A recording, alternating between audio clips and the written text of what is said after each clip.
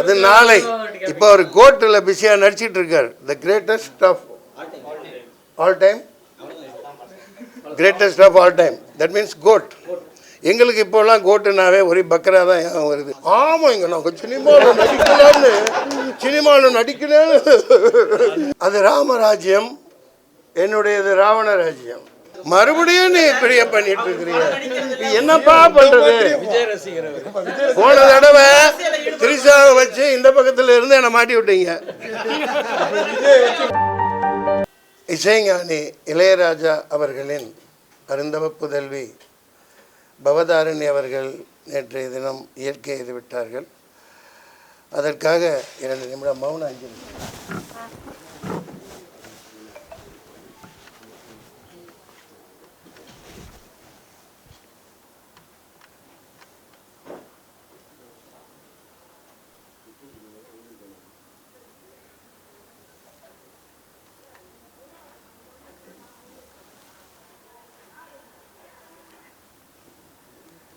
நன்றி.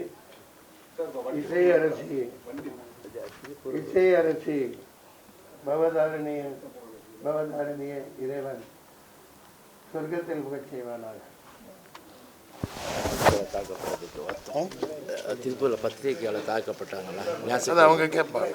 இல்லை, அது வருத்தம் தெரிவிச்சு.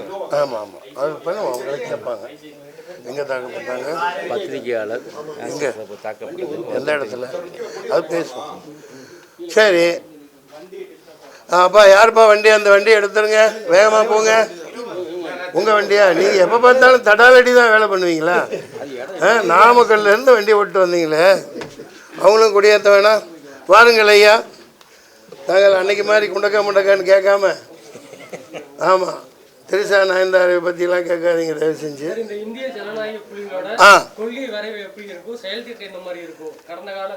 அதை சூட்சமாக எல்லாத்தையும் உங்களுக்கு குறிப்பாக சொல்லிட்டோம்.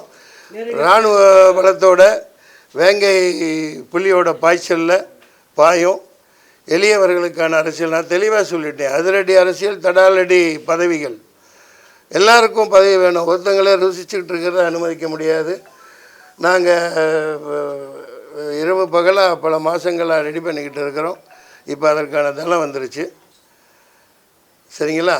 முதல்ல எல்லாருக்கும் அதிகாரத்தில் அமர வைக்கணுங்கிற நோக்கத்தில் இந்த காஸ்ட் சென்சஸ் அன்னைக்கு சொன்னேன். அது இந்தியா முழுமைக்கும் உடனடியாக நடத்தப்படணும்.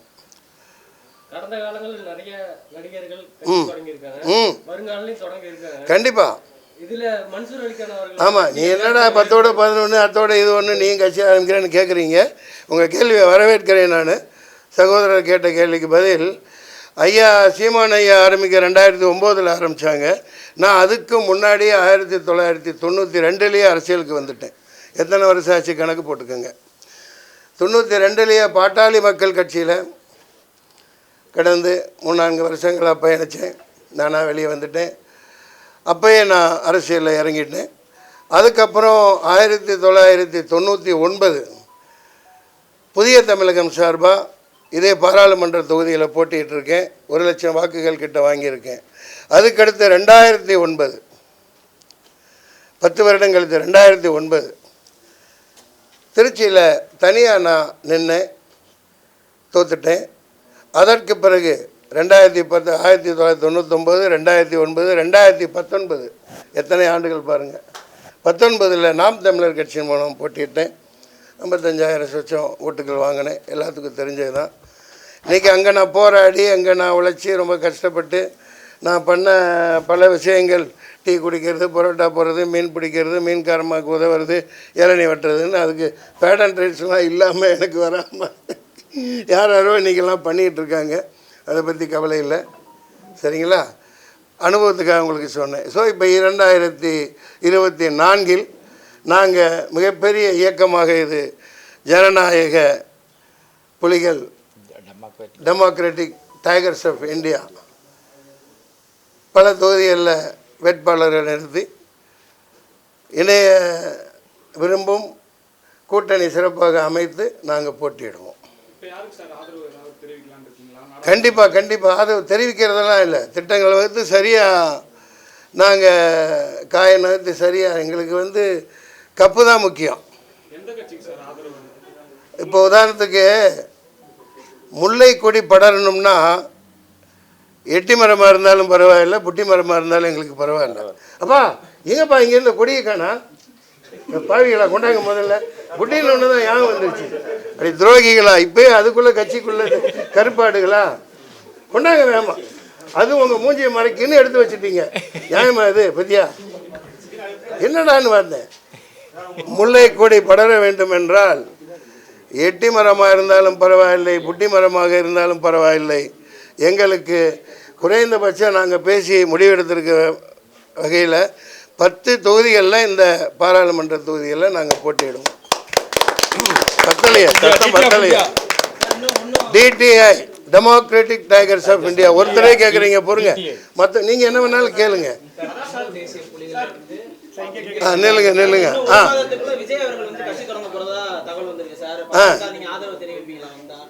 மறுபடியும் கேளுங்க. அதுக்காக நான் என்ன ஓடி போய் பதிக்கணுமா? அது நாளை. இப்போ அவர் கோர்ட்டில் பிஸியாக நடிச்சிட்டு இருக்கார். The greatest of all time, greatest of all time, that means goat. எங்களுக்கு இப்போல்லாம் கோட்டுனாவே ஒரே பக்கரா தான் வருது. அடுத்து பிரியாணி போட்டு போயிட்டே இருப்போம், அவ்வளவுதான். நாளைக்கு அவர் தொடங்குறார், இவர் தொடங்குறார், அதை பற்றியெல்லாம் எங்களுக்கு கவலை இல்லை. 40 வருஷமாக நான் அரசியலில் இருக்கேன். இந்த தமிழ்நாட்டு மக்கள் எவ்வளவோ துன்பத்தை அனுபவிச்சுட்டு இருக்காங்க. எங்கள் அஜெண்டா அதுதான், மீனவர்கள் ஒருத்தங்க கூட தாக்கப்படக்கூடாது, தனி சுதந்திரமாக செயல்படணும், மிகப்பெரிய தன்மானத்தோடு வாழணும், மாணவர்களுக்கு இந்த நீட்டை தூக்கணும், சிறைவாசிகளை விடுதலை செய்யணும். அப்புறம் அந்த தமிழ்நாட்டில் வேலை வாய்ப்புகள் முழுக்க இதை இந்தியா முழுக்க கொண்டு போகிறோம், எல்லா மாநிலத்துக்கும். இதில் பொறுப்பாளர்களாக பல மாநிலத்தவர்கள் இணைய இருக்காங்க. இது இராணுவ வேகத்தில் இனிமேல் போகும்.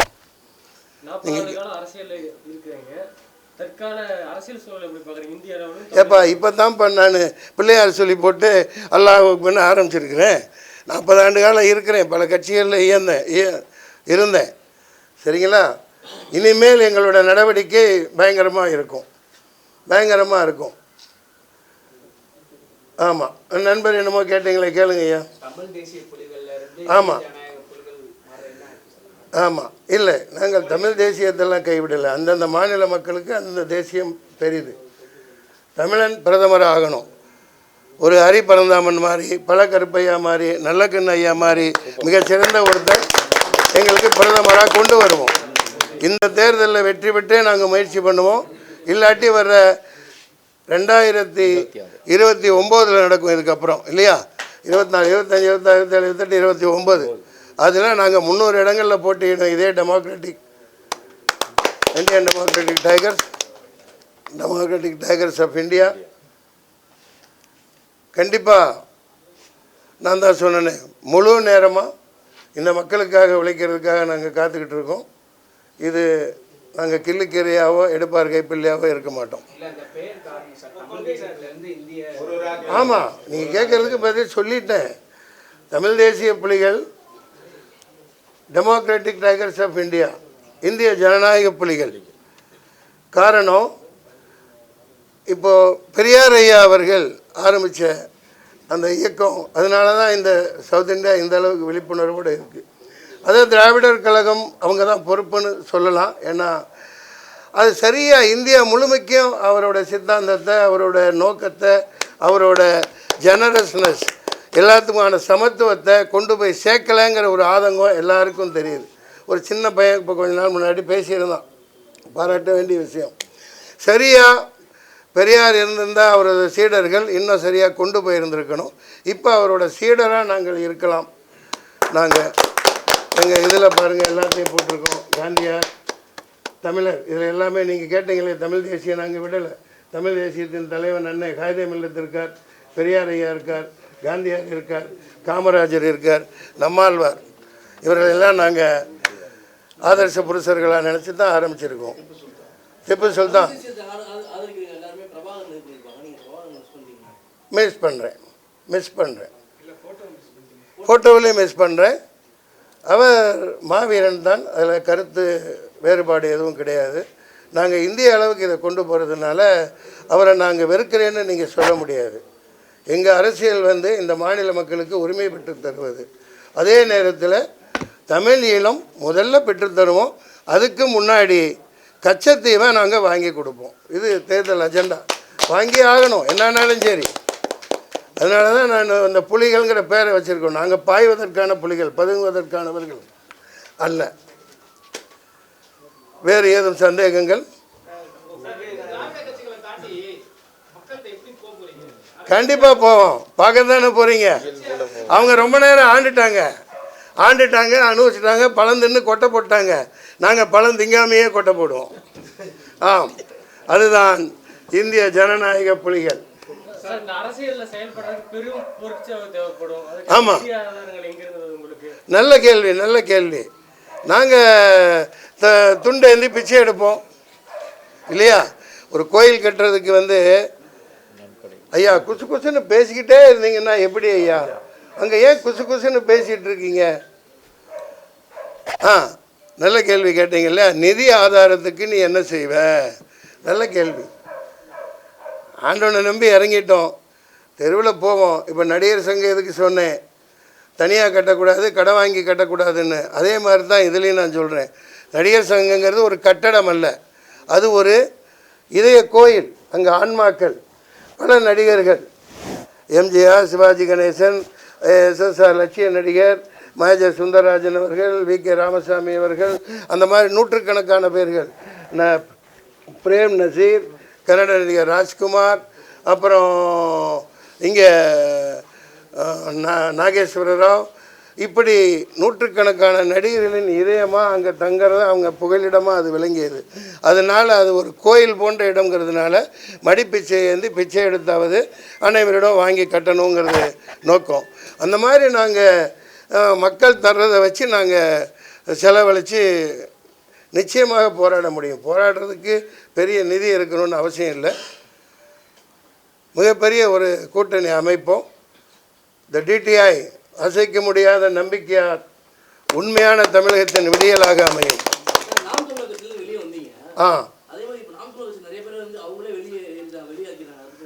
அதை பற்றி நான் என்ன சொல்ல முடியும்? அண்ணன் சீமான் அவர்கள் நல்லவர், நல்ல நோக்கத்துக்காக ஆரம்பிச்சிருக்காங்க. அவர் வந்து தனியாகவே இருப்பேன், கூட்டணி எதுவும் வைக்க மாட்டேங்கிறார். அவர் தனியாக சோறு மட்டும் சாப்பிட்றேன்னு பார்க்குறாரு. சோறு மட்டும் சாப்பிட முடியாது. நமக்கு கூட்டு, பொரியல், தயிர், குழம்பு, சாம்பார், உப்பு, ரசம் இதெல்லாம் வேணும். அதனால் எங்கள் சித்தாந்தம் வேறு. அன்னாருக்கு வாழ்த்துக்கள். ஏன்னா தனியாக நிற்கும் பட்சத்தில் நாங்கள் அவர்களை எதிர்த்து போட்டியிட வேண்டி வரும். அதை எதுக்கு என்கிட்ட கேட்குறீங்க? பதில் சொல்லிட்டேன், அதுக்கு மேலே என்ன? அது இனிமேல் தான் நாங்கள் முடிவு பண்ணுவோம். இப்போ இந்தியா பொதுக்கூட்டம் இப்போ இந்த அடுத்த மாதம் பல்லாவரத்தில் பண்ண இருக்கோம். அது தொடர்ந்து இங்கே நேற்றுலேருந்தே நாங்கள் ஆரம்பிச்சிட்டோம் கலந்த ஆலோசனைகள். ஆமாம், அதாவது யாருக்கு என்னங்கிறத இப்போ வெளிப்படையாக நாங்கள் சொல்ல முடியாது. இப்போ அம்மையார் இந்தியா கூட்டணியிலேருந்து வெளியே வந்துட்டாங்க, அதனால் கேட்குறீங்க. நம்ம திரிணாமுல் காங்கிரஸ் 10-15 வருஷம் காங்கிரஸு தியாகியான பிறகு ராஜீவ்காந்தி தியாகியான பிறகு 10 வருஷத்துக்கு மேலே அவங்க அரசியலில் ஈடுபட முடியாமல் இருந்தாங்க. சோனியா மற்ற பலர் எல்லாருக்கும் தெரிஞ்ச நேரத்தில் அப்போ எல்லாம் இவங்க காங்கிரஸில் இருந்தவங்க தான் நினைக்கிறேன். அதுலேருந்து பிரிஞ்சு போனவங்க தான். என்னோட கருத்து நீங்கள் கேட்டதுக்கு ஒரு மூத்த எதிர்க்கட்சியாக காங்கிரஸுக்காகவும் அந்த உள்ளடக்கிய இந்தியா டிவிக்கு நான் சொல்ல வேண்டியது, காங்கிரஸாக இருக்கட்டும், இங்கே வந்து அந்த காலகட்டத்தில் மூப்பனார் ஆரம்பித்தார், அதுக்கப்புறம் சரத்பவார் எல்லாம் அந்த காங்கிரஸ்லேருந்து பிரிஞ்சு போயிட்டாங்க. பிரிஞ்சு போனவங்க தான். இப்போ அதெல்லாம் அவங்க சரி நம்ம தாய் கழகமாச்சே, இப்போது ராகுல் காந்தி பிரதமர் வரட்டுமே, ஏன் நம்ம பிரியங்கா காந்தி வரட்டுமே அப்படின்னு நினச்சி எல்லோரும் ஒருங்கிணைச்சி அதில் ஒன்றும் ஈகோ பார்க்க வேண்டிய அவசியம் இல்லை. ஏன்னா 34 வருஷமாக அந்த குடும்பம் எந்த அவர் இறந்ததுக்கப்புறம் எந்த பதவியிலையோ இதுலேயே இல்லை. ஒரு எதிர்க்கட்சின்னு அவங்க உருவாக்க விரும்பினா அப்படி ஒரு கூட்டணியை அவங்க அமைக்கலாம். இது என்னோட ஆலோசனை. நாங்கள் எல்லாம் கலந்து தான் முடிவு பண்ண முடியும், தன்னிச்சையாக நான் சொல்ல முடியாது. ஆனால் நிச்சயமாக கப்பை தட்டுறோம், தூக்குறோம், அதுதான் எங்கள் லட்சியம். அரசியலில் பதவிக்கு வர்றதுக்கு தான் நாங்கள் இறங்குறோம், மக்களுக்கான உரிமைகளை பெற்று தர்றதுக்கு தான். நில்லுங்க, நீங்கள் அங்கேருந்து யாருமே கேட்கல. இல்லைங்க, 2 பேரை மட்டும் சொல்லி விட்டு. பெரியார் போட்டிருக்கீங்க. ஆமாம் மதச்சார்பற்ற அணி இந்தியா, ஆமாம் மதச்சார்புள்ள அணி பிஜேபி. ஆ எப்படி கண்டிப்பா பிஜேபி எடுத்து தானே ஆகணும். நான் முதல்ல நான் சொன்னேன் பாருங்க, முல்லைக்கொடி படர வேண்டும் என்றால் எட்டி மரமாக இருந்தாலும் எங்களுக்கு கவலை இல்லை, குட்டி மரமாக இருந்தாலும் எங்களுக்கு கவலை இல்லை. எங்களுக்கு வேண்டியது அடிப்படை மக்களுக்கான அரசியல் உரிமை. அதை பெரியார் சொல்லியிருக்கார். நான் சொல்கிறத நீ நம்பாத, சொல்கிறத செய்யாத. மானமும் அறிவும் பகுத்தறிவு, மானமும் அறிவும் மனிதருக்கு அழகு. அதை சொல்லியிருக்காங்களா இல்லையா? மானத்தோட தமிழை வாழணுமா இல்லையா? தமிழனை பிரதமர் ஆக்கணுமா இல்லையா? மீனவன் இன்னும் அடிபடாமல் காப்பாற்றணுமா இல்லையா? என்ன செஞ்சிட்டு இருக்காங்க இவங்க? 40 எம்பி வச்சுருந்தாங்களே, என்ன பண்ணாங்க இந்த 5 வருஷத்தில்? நாங்கள் யாரு கூட சேருவோம், முன்ன முடிவு எடுக்கலை. எங்களுக்கு அதிகமான தொகுதிகள் வேணும். நான் சொன்னேன், மிகப்பெரிய எளியவர்களை நம்ம மாதிரி இருந்த ஒரு இன்னும் இருக்கிறத நீங்கள் சொல்லலாம். இதை கேட்டுட்ருங்க, தொடர்பு கொள்ளலாம். இந்த DTI democratic tigers of India ஏர்டெலுக்கு நேராக நுங்கம்பாக்கம் ஹைரோட்டில் இருக்குது. இதுதான் தலைமைச் செயலகம். என்றைக்கு நீங்கள் வரலாம். அந்த இதில் யூடியூப்பில் ஆன்லைனில் அதற்கான உறுப்பினர்கள் இதெல்லாம் இணையலாம், தொடர்பு கொள்ளலாம். நாங்கள் எங்களுடைய கரங்கள் 2 கரங்களும் திறந்தே வைக்கப்பட்டிருக்கின்றன.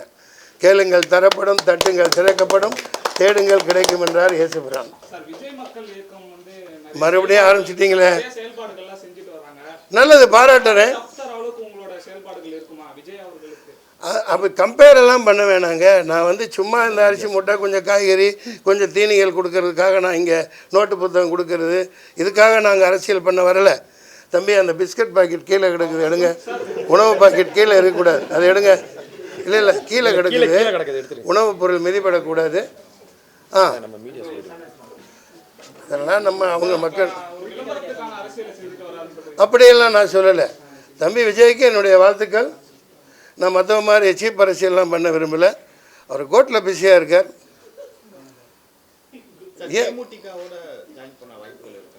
ஐயா, இது நாங்கள் இறங்கிட்டோம். நீங்கள் தள்ளி விடாட்டியும் கூட நாங்கள் விழுந்து நீச்சல் அடிச்சுட்டு கப்போட வருவோம். ஆமாம், யாரோடய நாங்கள் பயணிப்போம். எங்களுக்கு அதெல்லாம் கிடையாது.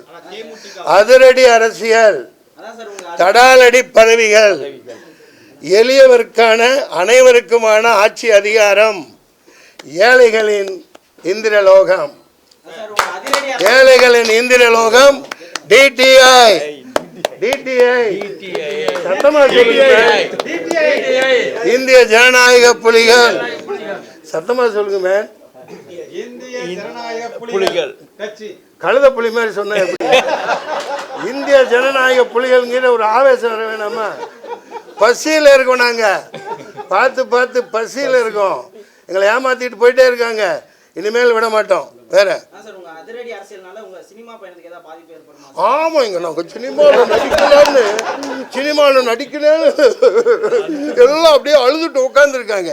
போமே, அது என் பொழப்பு. இந்த நாளைக்கு கூட ஷூட்டிங் இருக்குது. என் பொண்டாட்டி பிள்ளைய நீயா காப்பாற்றுவ? போமே, அது உண்மைதான் நீங்கள் கேட்குறது. அது இதில் தீவிரமாக இறங்கிருக்கும், அதில் மாற்று கருத்தே இல்லை. இந்த தேர்தலுக்கு முன்னாடியும் சரி, இந்த தேர்தலுக்கு பிறகும் என்னுடைய பயணம் சாவர நொடி வரைக்கும் முழுக்க முழுக்க இந்திய திருநாட்டின் முன்னேற்றத்துக்காக இருக்கும். ஆட்சியில் எல்லா எளியவர்களையும் பதவியில் அமர வைக்கிறதா தான் இருக்கும். மறுபடியும் நீ இப்படியே பண்ணிட்டு இருக்கிறீங்க, என்னப்பா பண்றது? போன தடவை திரிசாவை வச்சு இந்த பக்கத்துல இருந்து என்னை மாட்டி விட்டீங்க. ஐயோ ஐயோட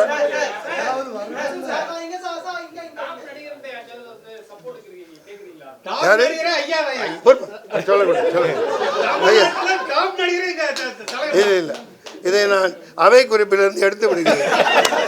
ஏன்னாக்க ஏதாவது ஒரு 1/2 கோடி 1 கோடி வரும், அதை கெடுத்துறாங்க. கட்சி நடத்த காசு வேணாமா ஐயா? வாங்க வாங்க, சொல்லுங்க ஐயா, சொல்லுங்க ஐயா. சப்போர்ட்டுக்கு நாங்கள் யார்கிட்டையும் போக மாட்டோம். 2 கதவுகளும் திறந்தே இருக்கின்றன. நாங்கள் எல்லாரையும் இப்போ பார்க்க இருக்கோம். எங்களுடைய குழுவினர் சந்திக்க இருக்காங்க. அதனால் யாரையும் நான் தாழ்த்தியோ உயர்த்தியோ சிறுமைப்படுத்த முடியாது. நெக்ஸ்ட் கூட்டணி எது அமையுதோ அவர்கள் கூட நாங்கள் பயணிப்போம். கமலஹாசன் அவர்கள் கட்சி தொடங்கும் போதும் கட்சி பணி தான் அதிகமா இருக்கும், நடிப்புல இருந்து கொஞ்சம் விலகி இருக்கும்னு சொன்னாரு. இப்போ வந்து அவர் திரைக்கலையில தான் அதிகமா கவனம் செலுத்துறாரு. வருங்காலங்கள் நீங்களும் அப்படி முடியாது. இப்போ இருக்கிற படங்கள் எனக்கு வர்றதை நடிக்கலாம். ஆனால் இப்போ தீவிரமாக இறங்கின பிறகு நம்ம அதில் இறங்குறது எப்படி சாத்தியம்னு தெரியல.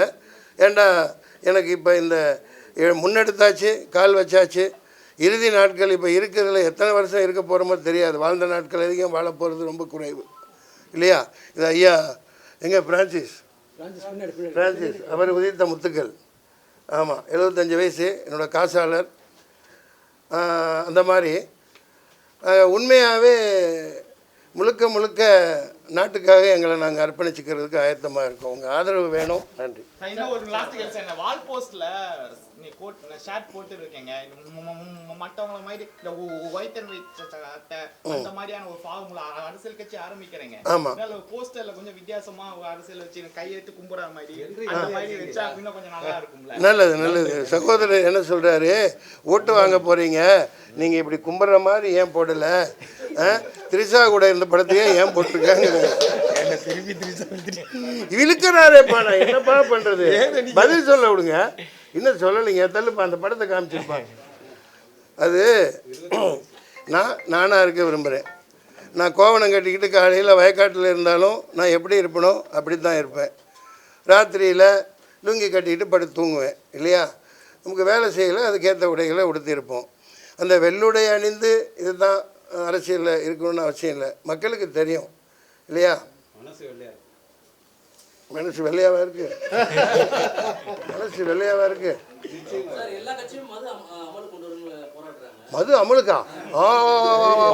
மது விலக்கு தெரியாம சொல்றேன். மது விலக்கு எங்களது முழு மது விலக்கு தமிழ்நாட்டில். ஆமா, அவரை திருத்துறதுக்காக தான் நாங்கள் வச்சிருக்கோம். அதாவது மதுவை ஒழிச்சிடணும். இப்போவே ஒரு குடியரசு தின வேண்டுகோளாக உங்கள்கிட்ட சொல்கிறேன். அவர் வச்சிருக்காருங்க ஐயா, என் படத்தில் சங்கத்துக்கள் இருந்தனால வந்து சேர்ந்தாங்க. அவரை மதிக்கிறேன். அவர் தொழில் செய்கிறாரு, சம்பாதிக்கிறாரு. மது பிரிவு விழிப்புணர்வு சங்கம் ஏதோ வச்சுருக்காங்க. அதெல்லாம் மது ஒழிச்சிட்டா ஒழிஞ்சிட போகுது. அதனால் அதை பற்றி ஒன்றும் இல்லை சொல்கிறவங்க வேண்டுகோள் ஆமாம் வேண்டுகோள் இங்கே வைக்கிறேன். இந்த நிமிஷம் வரைக்கும் இடங்கள் இருக்கிற தமிழ்நாட்டில் இருந்துக்கிட்டே தான் இருக்குது. பட்டாவாக மாறுது, கட்டடங்களாக மாறுது. எது எப்படி இருந்துட்டாலும் சரி, தமிழக அரசு உடனடியாக பனைமரங்கள், தென்னைமரங்கள் எந்த அப்ரூவல் கொடுத்தாலும், வீடாக இருந்தாலும் சரி, காடாக இருந்தாலும் சரி, நகரமாக இருந்தாலும் சரி, நாடாக இருந்தாலும் சரி, எல்லா இடத்துலையும் ஒரு ஏக்கரில் 20 தென்னை மரம், 20 பனைமரம் நடணும்னு அமல்படுத்தணும், சட்டம் போடணும். தயவு செஞ்சு நாங்கள் வந்து அதை அமலுக்கு கொண்டு வருவோம். ஏன்னா மது ஒழித்த பிறகு 13 வருஷமாகும் பனைமரங்கள் பயன்பாட்டுக்கு வர. தென்னை மரம் 6 வருஷத்தில் வந்துடும். இந்த பாருங்கள், சுற்றி தென்னை மரம் 20 நான் வச்சது இன்றைக்கி 5 வருஷமாக காய்ச்சிக்கிட்டு இருக்குது. அதனால் அது கல் வந்து கல்லுண்ணாண்மை சொல்லத்தான் செய்கிறாங்க. அது ஆனால் அது ஒரு உணவாக பார்க்கும் பட்சத்தில் அதை புட்டியில் அடைச்சி நல்லபடியாக பண்ணி அடிமையானவங்கள் அதை பயன்படுத்தலாம். அந்த மாதிரி ஒரு எக்ஸம்ஷன் கொடுக்கலாம். இந்த கலைத்துறையில் சிறந்த சேவை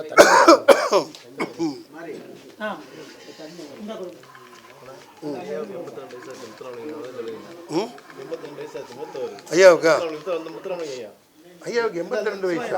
எங்க வாங்க ஐயா, வாங்க ஐயா, வாங்க தலைவர், வாங்க தண்ணி கொடுங்கப்பா, ஒரு வாய் சமைச்ச வாய்க்கு தண்ணி கொடுக்க மாட்டேங்கிறீங்களே. நீங்கள் இப்படி செய்வீங்கன்னு தான் நான் வச்சுருக்கேன். பரவாயில்ல, வாங்க.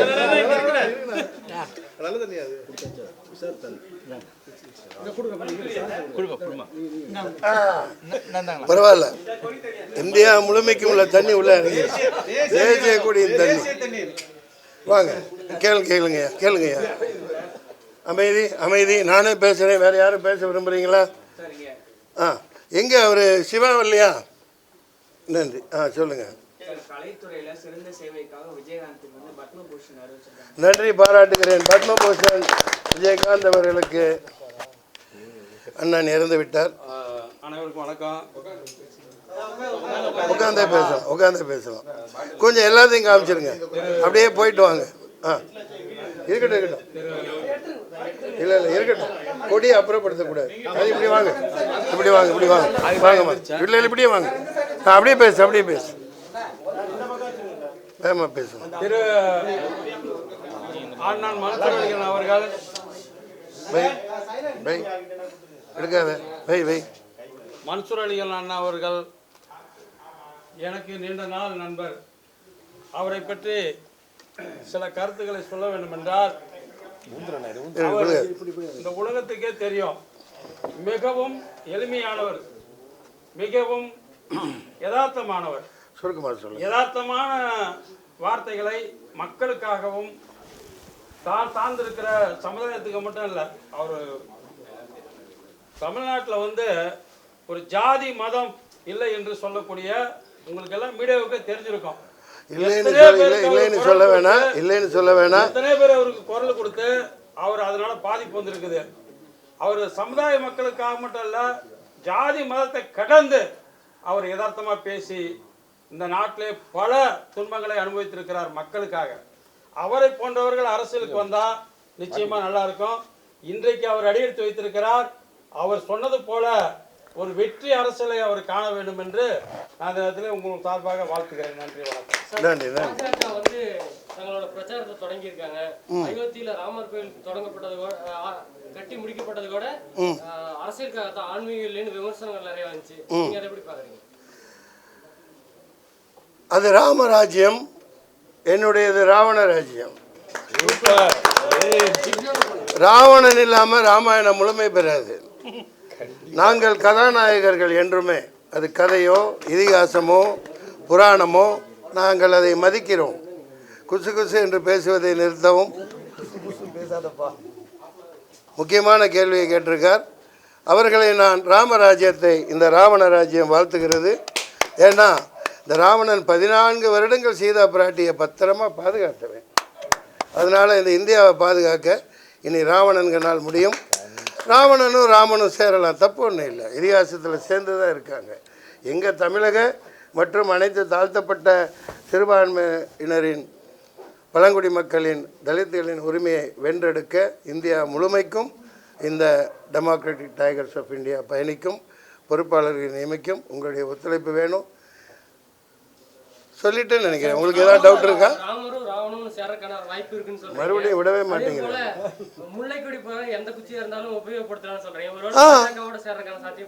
சார், நாங்கள் குழு முடிவு பண்ணுவோம். நாங்கள் சும்மா இப்படி உட்காந்துட்டு இருக்க முடியாது. நாக்கு சப்பு கொட்டிட்டு உட்காந்துட்டு இருக்க முடியாது. நான் இன்னும் சொல்லட்ட ஆரம்பிக்கல. சாட்டைய களத்தில் சந்திப்போம். யாரு கூட முடிவெடுத்து தானே சேர முடியும். நான் தனி ஒருவனாலாம் முடிவெடுக்க முடியாது. இது மக்களுக்கான அதிகாரம். இது தொடர்ந்து இந்த ஏழை மக்களை ஏமாற்றிட்டு இருக்க யாரையும் நாங்கள் அனுமதிக்க மாட்டோம். நன்றி, வணக்கம்.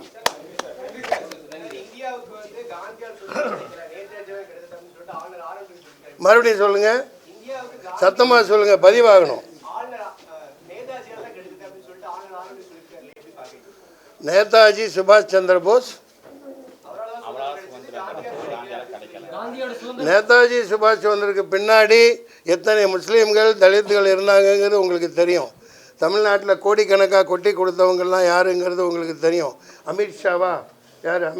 அமீர் ஹம்சா. அதுக்கு முன்னாடி பார்க்க போனால் 1920களிலேயே நம்ம இதில் நினச்சி பாருங்கள், பஞ்சாபில் ஜாலியன்வாலா பாக். அப்போவே கூட சுபாஷ் சந்திர போஸ் சொன்னபடி அப்போவே சுதந்திரம் வாங்கியிருந்திருக்கலாம்.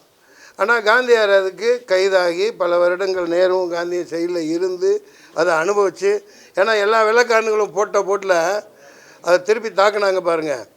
அந்த இதில் எல்லாம் ஓடி போயிட்டாங்க. சரித்திரம் நானும் படிச்சிருக்கேன். சுபாஷ் சந்திர போஸ் விட்டு போச்சு. நாங்கள் அடுத்த இதில் மேலே சேர்த்துருவோம். கட்சியின் லெட்டர் பேடில் இருக்குது. கண்டிப்பாக அவருடைய ஆக்கமும் ஊக்கமும் இருக்குது. காந்தியார் இல்லைன்னெல்லாம் சொல்கிறது அவருடைய தனிப்பட்ட சித்தாந்தம். ஆளுநர் அவர்கள் எங்களுடைய கோரிக்கை அதுதான். அதாவது நான் யாரையும் நியாயமாக தான் பேசுவேன். எதுக்கோ வேலையும் இல்லை, நிற்க நேரமும் இல்லைன்னு சொல்லுவாங்கல்ல, அந்த மாதிரி ஆளுநர் இங்கிட்டு போகிறார், அங்கிட்டு போகிறார், இங்கிட்டு 100 வண்டிகள், அங்கிட்டு 100 வண்டி, பெரிய போலீஸ்காரங்க, பெரிய இராணுவம், துணை இராணுவம். அங்கே போய் பார்த்தா 40 வருஷம் முன்னாடி நான் சென்னைக்கு வந்தப்போ நான் தனியாக போவேன். கவர்னர் பார்க்கணுன்னா நேராக போவோம். வருகை பதிவேட்டில் பேர் எழுதிட்டு உள்ளே கூப்பிட்டு போவாங்க. அழகாக சாலில் போட்டு பார்த்துட்டு வருவோம். தனி ஒரு மணி நேரம் நடந்து போவோம். ஒரே ஒரு ஆள் வெளியே இருப்பான், உள்ளே 2 பேர் இருப்போம்.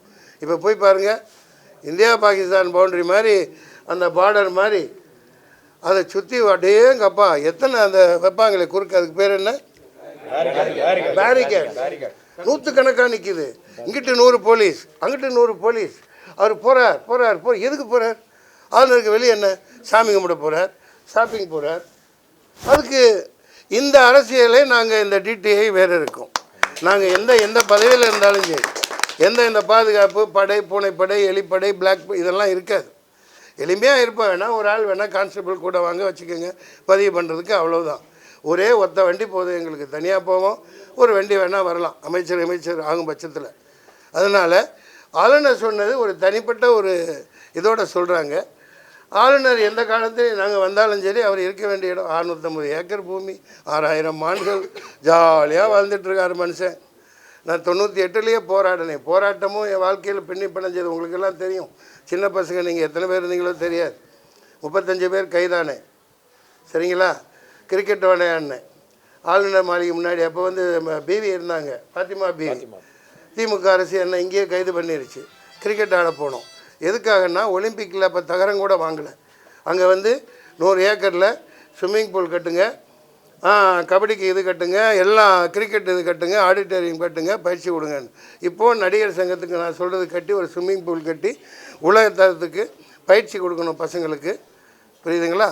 ஏழை 100 பேர் சாப்பிட்டுட்டு போன நடிகர்கள் தினமும் அங்கே அந்த மாதிரி கட்டுங்க அப்படின்னு தான் அந்த நடிகர் சங்கத்துக்கு நான் கோரிக்கை வச்சேன். சுபாஷ் சந்திர போஸ் இந்திய அசைக்க முடியாத ஒரு மாபெரும் தலைவர். அவர் எப்படி செத்தாருங்கிறத இன்னும் சொல்ல மாட்டேங்கிறாங்க. ராமர் கோவில் வந்து இஸ்லாமியர்கள் ரத்தத்துல தான் கட்டப்பட்டது அப்படின்னு சொல்லி பலரும் கருத்து சொல்றாங்க. உங்களுடைய இது எப்படி? அது ராஜ்ய பரண சூத்திரமையா. அது இப்போ பதில் சொல்ல விட மாட்டேங்கிறீங்க. இப்போ என்ன கேட்டீங்க கேளுங்க ஐயா, சுருக்கமாக வாங்க. ரொம்ப நேரம் பண்ணிக்கிட்டு இருந்தால் மக்கள் பார்க்க மாட்டாங்க. ஆமாம் ஆமாம் ஆமாம் ஐயா, ஒரு மன்சூர் அலிக்கான எதையும் நான் வரவேற்க முடியாது. அது வந்து கடந்த கால தவறுகள். சுதந்திரத்துக்கு அப்புறம் எது எப்படி இருந்துச்சோ அப்படி இருக்கணும். அதுக்கு அடுத்து அங்கே எந்த விதமான கோயில்களும் இல்லை. அது நீதிமன்றமே சொல்லியிருக்கு, உச்ச நீதிமன்றமே சொல்லியிருக்கு, தீர்ப்புலையும் சொல்லியிருக்கு. அது ஆயிரக்கணக்கான மக்களை பழி வாங்கி ஏகப்பட்ட தவறுகள் பண்ணி அதில் பண்ணியிருக்காங்க. அதுக்கான அவசியமே இல்லை. அந்த மாதிரி அரசியல் நடத்த வேண்டிய அவசியம் இல்லை. எளிதாக்கணும். பாகிஸ்தான் பிரிஞ்சதுக்கே நாக்பூரில் அந்த காலம் ஆர்எஸ்எஸ்காரங்க அந்த சாவர்கரோ யாரோ ஒருவர் வந்து இந்த தான் பிரைம் மினிஸ்டராக இருப்பான், இந்த தான் இதாக இருப்பான் அப்படின்னு. ஏன்னா அப்போ வந்து முகல்ஸ்டேருந்து தான் இவங்க ஆட்சியை பறி கொடுத்தது. பெரிய நீண்ட கதை, நாள் கணக்காக பேச வேண்டியது நீங்கள் கேட்டது. அதனால தான் பாகிஸ்தான் பிரிஞ்சு போச்சு. இப்போ மனிதனுக்குள்ளே அடிச்சுக்கிட்டு என்ன ஆக போகுது? கல்லை வந்து நம்ம இந்து மக்கள் சகோதரர்கள் கல்லை தெய்வமாக மதித்து பூஜை செஞ்சு புனஸ்காரம் பண்ணி அதை வணங்குறோம். கல்லில் கடவுளை பார்க்குற நாம் உயிரோடு வாழ்ந்துட்டுருக்க மனுஷன்லாம் நீங்கள் கடவுளை பாருங்கள். குழந்தைகள் தான் கடவுள், குழந்தையின் சிரிப்பே கடவுள். அதனால் சகோதரத்துவம், சமத்துவம், சோசியல் ஜஸ்டிஸ், யூனிட்டி இன் டைவர்சிட்டி. தொடர்ந்து பிஜேபி மசூதிகளை இடிக்கிறதே அவங்களோட அரசியல் நிலைப்பாடாக வச்சிருக்காங்க. இப்போ வாரணாசியில் உள்ள ஒரு மசூதியில் செவர் வந்து கோயிலுக்குள்ளே இருக்கிறதா அதை கேஸ் போட்டிருக்காங்க. அது நீங்கள் எப்படி பார்க்குறீங்க? நான் எல்லாத்துக்கும் பதில் சொல்லிட்டேன். இப்போது அவரவர்கள் each for other, all for each, அதுதான். அதனால் இது மதங்களை வச்சு அரசியல் பண்ணிகிட்டு இருக்குன்னா அது மக்கள் பார்த்துக்குவாங்க. நாங்கள் இப்போ தேர்தல்னு வந்துட்டனால களத்தில் இறங்குறோம். எல்லாத்தையும் ஒரே முறையில் சந்திப்போம். மக்கள்கிட்ட கலவரத்தை உண்டு பண்ணக்கூடாது. அதுதான் எங்கள் நோக்கம். We the people of India. We the people of India. We are launching the party. We are launching the party. Democratic Tigers of India. For India. Democratic Tigers of India. DTI for the people, by the people and from the people. நன்றி நன்றி, வணக்கம். இப்போ நல்லா பேசுங்கப்பா, பேசுங்கப்பா. பாப்பா என்ன பாய், பரவாயில்ல எனக்கு அதை பற்றி கவலை இல்லை. நீங்கள் என்ன வேணாலும் போட்டுக்கோங்க, எப்படி வேணாலும் போட்டுக்கோங்க. ஐயா உங்கள் புண்ணியம் தான், உங்கள் ஆசீர்வாதத்தில் தான் நாங்கள்